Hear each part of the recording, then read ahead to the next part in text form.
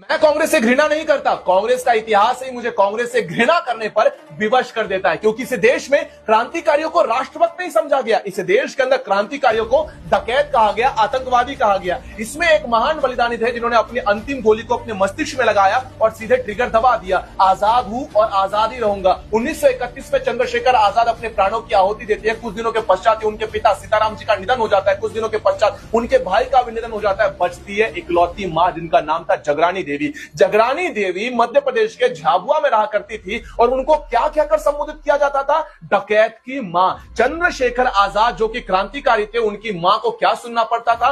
डकैत की मां। सीना ठोक कर वो मां कहा करती थी कि मेरा बेटा राष्ट्र के लिए समर्पित हुआ था। पूरे देश ने उनको बहिष्कृत कर दिया था।